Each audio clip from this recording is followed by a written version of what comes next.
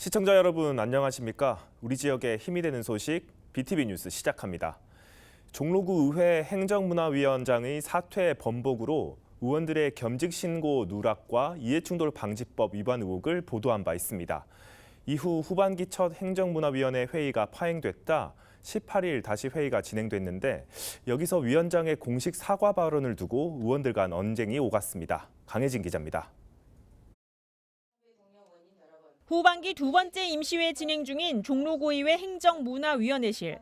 회의 시작 전 위원장의 공식 발언이 속기록에 저장됐습니다.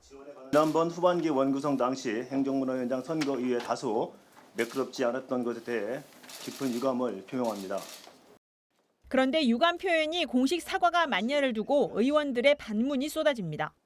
총회를 몇 번에 거쳐서 사실은 이제 위원장님 그 상임위원장 선거권에 대해서 사과를 하기로 받기로 했는데 지금 오늘 이 자리에서 정식적인 사과를 하지를 않고 있습니다. 도대체 어떻게 하시려고 그럽니까? 매끄럽지 못한 거에 대해서 유감을 표명하시면서 또 문제는 사과할 때는 그냥 사과로 끝나야 하는데 행정문화위원회가 제대로 안건 처리나 해야 주민들한테 국민들한테 이런 걸로 같이 묶어가시지 말고 가능 아니면 그냥 핵심에다만 딱 얘기해서 그 부분에 대해서만 분명히 이 사퇴권에 대해서는 얘기를 해달라고 했잖아요. 그럼 거기 유감의 발언이 공식 사과라고 해명한 위원장 발언에 언쟁이 오고 갑니다. 아니 거기에 대한 번복을 말씀을 충분히 해야지 우리 위원회가 정당하게 제대로 운영되는 겁니다. 위원장님이 다시 이렇게 하겠다라고 했잖아요. 그랬으면 끝난 것이지. 결국 회의는 시작도 못하고 정회되자 구청 공무원들은 자리에서 떠나야 했고 사과 발언 내용을 두고 상임위원들 간의 말싸움은 지속됐습니다. 1시간이 넘어서 다시 열린 행정문화위원회 회의 전 위원장의 사퇴 번복 사과 내용은 같았습니다. 조금 전 발언에 대해서 보충이 필요하다고 해서 잠깐 말씀드리겠습니다. 본인의 사퇴 발언에 유감을 표하며 앞으로 본 의원은 행정문화의회에서 열심히 일하겠습니다. 그러면서 구청 공무원에게 죄송하다는 발언으로 회의가 시작됐습니다. 직원들께 죄송하다는 말씀 드리겠습니다. 자신의 위원장 사퇴 번복에 대해 주민에 대한 사과가 아니라 유감 표명이 만냐를 두고 종로구의회 여야가 다시 정쟁을 벌였습니다. BTV 뉴스 강혜진입니다. 성동구 의회 임시회에서 성폭행 혐의를 받고 있는 구의원의 제명안이 또다시 부결됐습니다. 성동구 의회는 지난 9월에 이어 또다시 제명안을 철회하지 못하면서 제19 감싸기가 아니냐는 목소리가 들립니다. 이재용 기자입니다. 성동구 의회 281회 임시회 폐식.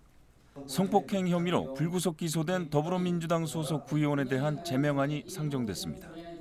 해당 구의원이 출석한 상태에서 표결은 비공개로 치러졌습니다. 서울특별시 성동구의 회의 규칙 제81조에 따라 비공개 회의로 진행할 것을 선포합니다. 표결 결과는 또다시 부결이었습니다.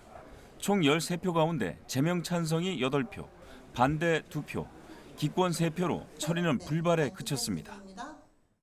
성동구의 징계의 건이 제명으로 표결한 결과 부결되었음을 선포합니다.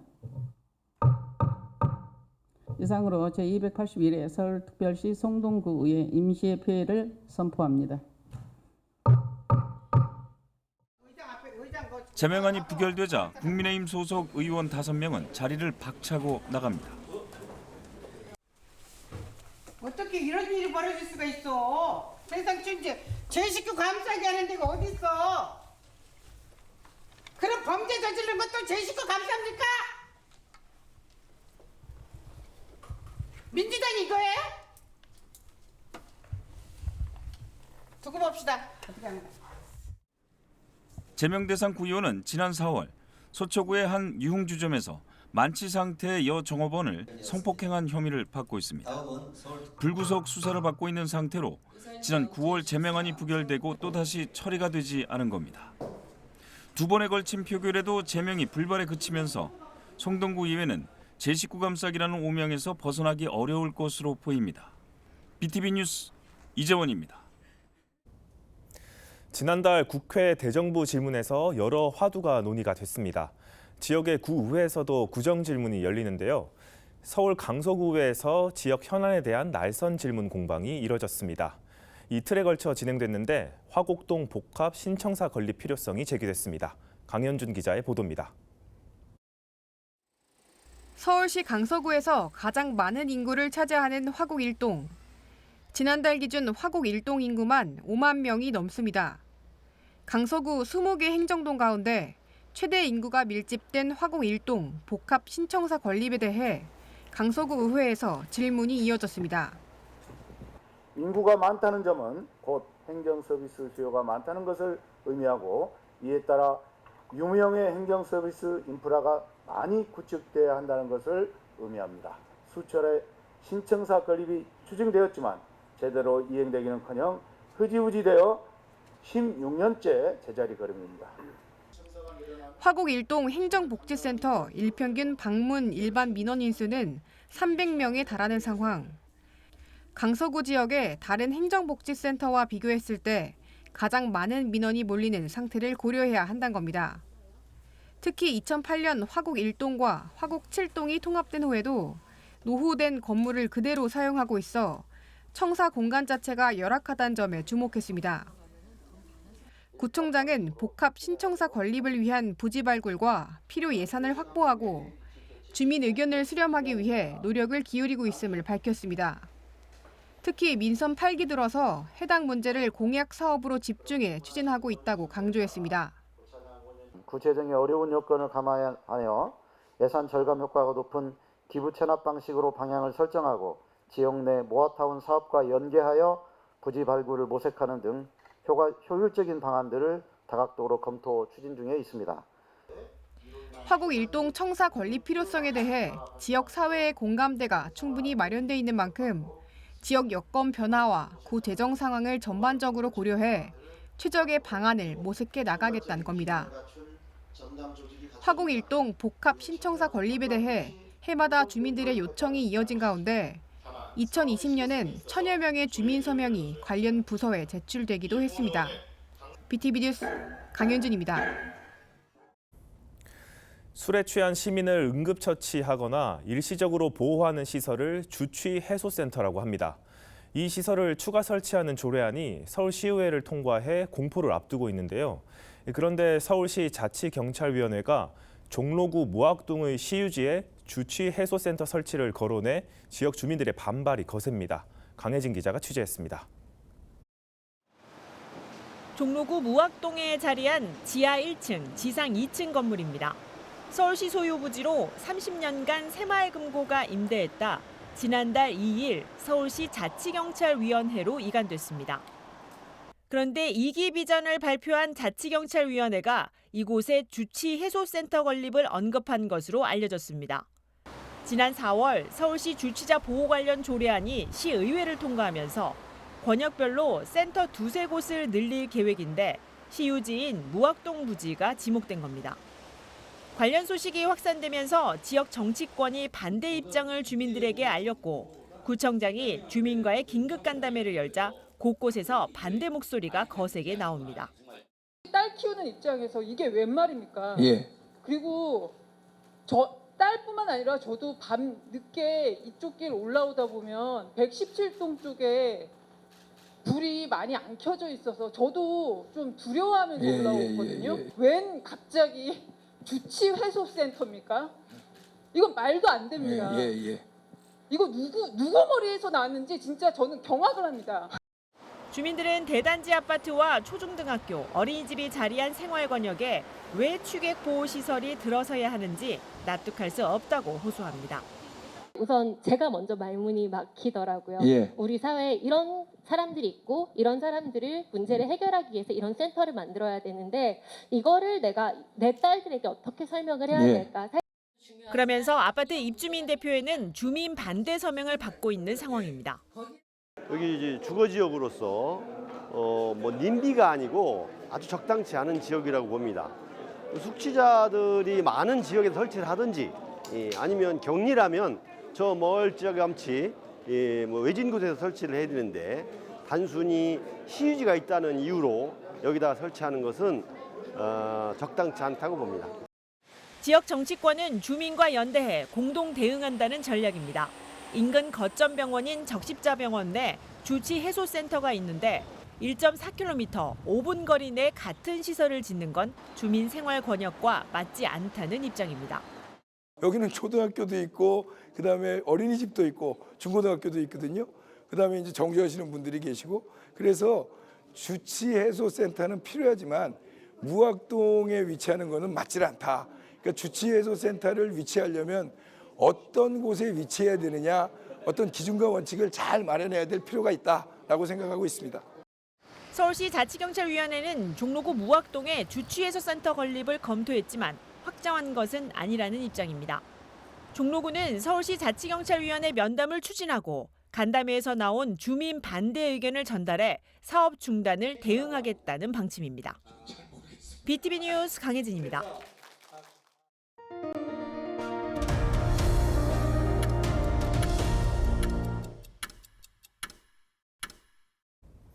동대문구 대표 전통시장인 청량리 전통시장의 공영주차장 운영 시간이 확대됩니다. 이용객이 점점 늘어남에 따른 조치인데요. 값싼 주차료를 악용해 장기 주차하는 사례를 막기 위한 조치도 더해집니다. 달라지는 내용 김진중 기자가 전합니다. 전국 산지에서 올라온 농수산품을 판매하는 청량리 시장입니다. 다양한 상품을 신선하고 저렴하게 구입할 수 있어 많은 시민들이 찾는 곳입니다. 시장 내 공영주차장을 마련해 운영하고 있지만 전체 수용 가능한 차량은 200여 대 정도. 주차할 곳이 마땅치 않아 시장 내를 몇 바퀴씩 돌고 결국 주차하지 못하는 차량도 많습니다. 청량리 시장 내 공영주차장 3곳의 운영 방식이 변경됩니다. 주말 운영 시간은 오전 9시부터 오후 3시까지 운영하던 것을 저녁 7시까지로 확대합니다. 일요일 무료 개방은 유료화로 전환됩니다. 주말에 무료로 주차할 수 있는 점을 악용해 장기 점유하는 사례가 늘면서 이뤄진 조치입니다. 무료로 운영하다 보니까 장기 주차로 인해서 교통 불편과 그다음에 차량 회전이 원활하지 못해서 그거에 대한 조치로 저희들이 시행하게 되었습니다. 청량리 시장 위에는 저희가 이제 청량리 4시장이 있는데 그 부분은 저희가 이제 내부적인 검토를 통해서 추후에 확대 도입 여부를 결정할 예정입니다. 주차 요금은 10분당 1,000원입니다. 전통시장 이용 후 영수증을 제시하면 50% 감면 적용됩니다. 법정 공휴일과 임시 공휴일은 변동 없이 무료로 개방합니다. 확대 변경된 주차장 운영 내용은 홍보 계도 기간을 거쳐 11월 4일부터 적용됩니다. BTV 뉴스 김진중입니다. 답심리 영화미디어 아트센터가 변화를 시도하고 있습니다. 앞서 100억 원이 넘는 명소화 사업 추진에도 프로그램 운영에 있어 좋은 평가를 받지 못했는데요. 영화, 미디어를 매개로 한 특별 전시와 프로그램으로 센터의 입지를 키워가겠다는 게 계획입니다. 계속해서 김진중 기자가 전합니다. 영화의 거리와 답심리 미디어 아트센터 조성 등 2016년부터 추진된 답심리 촬영소 사거리 일대 명소화 사업에 투여된 예산은 약 100억 원. 하지만 2022년 센터 개관 후 맞은 지난해 성적표는 일평균 80명 이용으로 초라하기만 했습니다. 1960, 70년대 황금기 한국 영화 역사를 담고 있는 답심리. 추억의 레트로 문화를 활용해 관람객과 만나는 장이 마련됩니다. 답심리 촬영소의 역사를 알 수 있는 상설 전시에 더해 오는 25일부터 3일간 레트로 60 답심리라는 주제로 축제를 엽니다. 한국 영화 거장 이만희 감독 특별전을 비롯해 영화 상영, 시네마 토크 등의 프로그램이 진행됩니다. 역사성을 기반으로 해서 미래로 나갈 수 있는 특히나 미디어를 통해서 국민들이 창출하고 제작할 수 있는 그런 프로그램 환경에 대해서 미디어 아트 센터가 이바지한다는 시그널을 좀 주고 싶어서 이번 프로그램을 기획하게 되었습니다. 빛의 삼원색으로 채워진 공간을 경험하는 특별 전시와 함께 2층 가상 스튜디오 공간에서는 추억의 오락실, 답심리동 사진관 등 그때 그 시절 추억을 되새길 수 있는 체험 프로그램이 마련됩니다. 개관 후 새롭게 시도되는 축제. 주민 관심과 참여도를 높이는 계기가 될 수 있을지 기대됩니다. BTV 뉴스 김진중입니다. 안전 불감증의 대표적 대형 사고 가운데 하나인 성수대교 붕괴 사건이 발생한 지 30년이 흘렀습니다. 유가족과 무학여고 후배를 포함해 여전히 희생자들을 기억하는 사람들이 30년 전의 아픔을 떠올리며 합동위령제를 열었습니다. 이재용 기자입니다. 망자를 기리며 묵념으로 시기 시작됩니다. 누군가의 아들, 딸, 누군가의 형제자매를 그리워하며 국가꽃을 영정에 올립니다. 두 눈을 지그시 감고 30년 전 사고를 회상하는 유가족의 얼굴엔 세월이 무상합니다. 희생자가 가장 컸던 무학여고 후배들은 준비한 추모시를 차분하고 엄숙하게 읽어갑니다. 춥고 어두운 땅 밑에 누워 하얗게 사위어가는 당신이, 지금은 울 수도 웃을 수도 없는 당신이 살아있는 이들보다 더 깊고 맑은 영혼의 말을 건네주십니다. 성수대교 붕괴 사고 30주기 합동위령제가 유가족 등이 모인 가운데 성수대교 위령탑에서 열렸습니다. 벌써 30년이 흘렀지만 유가족의 마음속엔 여전히 그들은 살아있습니다. 막내 동생을 잃은 김양수 씨는 바로 어제 일처럼 동생과의 마지막 약속을 지키지 못한 것이 아직도 후회됩니다. 그 사고 난 전날도 제가 통화를 했거든요. 또 이제 토요일 날 그 회사 관두고 다음날 제가 만나기로 한 날짜도 이제 한 12시쯤 만나서 점심 먹자고 했는데 전날 그런 사고가 나다 보니까 너무 그런 부분들이 생생하죠. 성수대교 붕괴 사고는 1994년 출근길 다리 상판 48m가 무너지면서 시민 32명이 사망하고 17명이 다쳤습니다. 특히 성동구로 가던 시내버스가 뒤집혀 떨어지면서 일반 시민과 무학여고 학생들의 희생이 컸습니다. 한편 성동구는 안전과 접근성 문제 등으로 희생자 위령탑 서울숲 이전을 요구했지만 서울시의 반대로 무산됐습니다. BTV 뉴스 이재원입니다.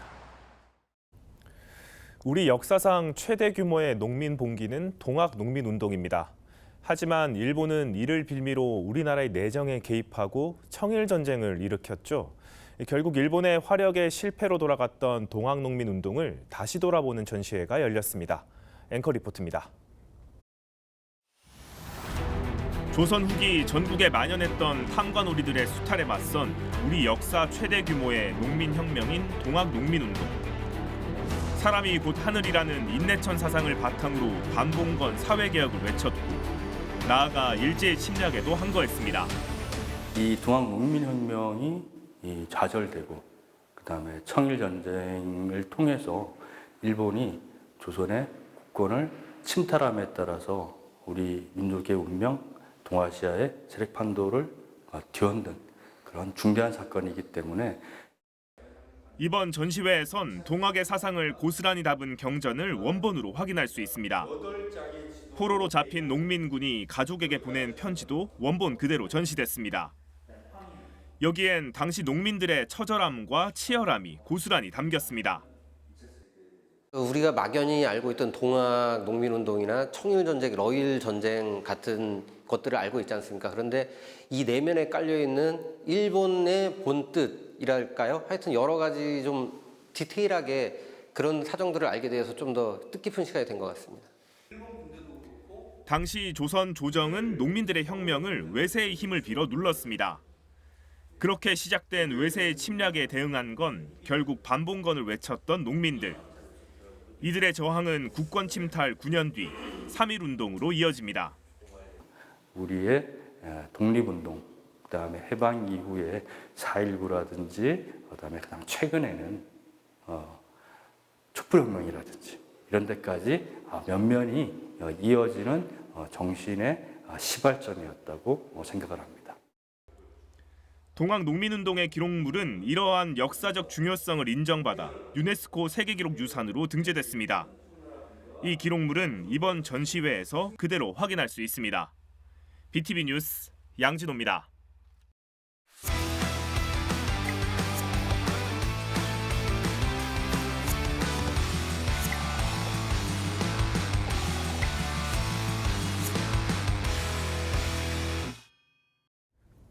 지역의 다양한 정보와 소식을 주민이 직접 전하는 주민통신원 시간입니다. 개인 삶의 스타일에 따라 가족의 유형이 다양해지고 있습니다. 가족들에게 필요한 지원부터 상담까지 도움을 받을 수 있는 도봉구 가족센터를 소개합니다. 도봉구 담당 김민영 통신원을 화상으로 연결해 자세한 이야기 들어보겠습니다. 김민영 통신원 나와 계십니까? 안녕하세요. 지금의 소중함을 전하는 도봉구 통신원 김민영입니다. 반갑습니다. 네, 반갑습니다. 도봉구 가족센터를 취재하셨는데 가족센터가 어떤 곳인지 소개 부탁드립니다. 네, 생애 주기와 가족의 형태에 따른 가족 상담, 돌봄, 필요한 정보, 다양한 교육과 프로그램, 여가 문화 서비스를 만나볼 수 있는 곳이 가족센터입니다. 도봉구 가족센터의 센터장님의 말씀 들어보겠습니다. 네, 저희 센터는 가족들이 위기가 반복돼서 많은 상처를 받기 이전에 그 건강성을 회복하도록 돕는 일에 기여하고자 합니다. 가족들이 점점 다양해지고 있기 때문에 그 변화에 체계적으로 응답하는 일은 매우 중요하다고 생각합니다. 그래서 저희 센터는 가족 정책의 전달 체계 역할을 수행하고 그런 다양한 프로그램을 통해서 가족들의 역량을 강화하고 건강성 향상에 기여하고자 노력하고 있습니다. 문화적 배경과 시간의 흐름에 따라 변화하는 가족들에게 어떤 프로그램들이 제공되고 있습니까? 네, 도봉구 가족센터에서는 다양한 가족의 형태에 맞춘 상담과 교육이 제공되고 있는데요. 다문화 가족을 위한 지원 사업으로 초기 입국자와 중기 입국자를 위해서 한국어 교육과 스터디, 국적별 자조 모임, 다문화 엄마 학교, 결혼 이민자 취업 지원도 하고 있습니다. 가족의 기능과 문화교육 프로그램 및 자조 모임도 온가족 보듬 사업으로 진행되고 있는데요. 특히 공동육아 나눔터는 이웃과 함께 자녀를 돌볼 수 있는 공간으로 마련되어 있고요. 서울형 영아 전담 아이돌봄 서비스도 제공되고 있습니다. 가족센터는 모두가 이용할 수 있는 열린 공간인 것 같습니다. 어떻게 찾아보고 정보를 얻을 수 있습니까? 네, 도봉구 가족센터는 도봉구 구민회관 2층에 본관이 있고요. 도봉구청 인근에 1인 가구지원센터가 2관이 자리하고 있습니다. 유튜브에서 도봉구 가족센터를 검색하셔도 찾을 수가 있고요. 정부 24시에서 가족센터 서비스를 찾아보실 수도 있습니다. 민원 서비스를 클릭하시고 원스톱 서비스를 클릭하시고 나서 가족 다문화 서비스의 정보를 한 번에 보실 수가 있습니다. 이상입니다. 네, 전통적인 가족의 형태를 넘어 다양한 모습의 가족이 등장하고 있습니다. 도봉구 가족센터가 가족을 이해하고 포용하고 존중하는 장이 되길 바랍니다. 취재하느라 고생 많으셨습니다. 고맙습니다.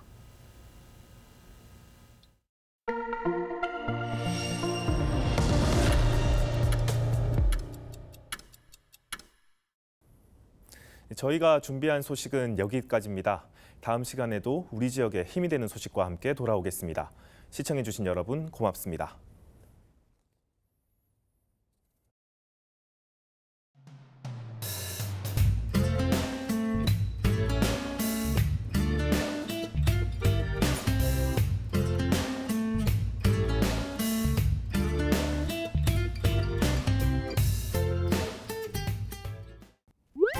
BTV 뉴스를 더 많이 보고 싶으시다면 여기 구독 버튼을 눌러주세요. 추천 영상도 누르면 바로 재생됩니다. 또 다양한 서울 소식을 보고 싶으시다면 휴대폰에서 가지 앱을 다운로드해보세요. 저희 BTV 뉴스를 시청해주셔서 감사합니다.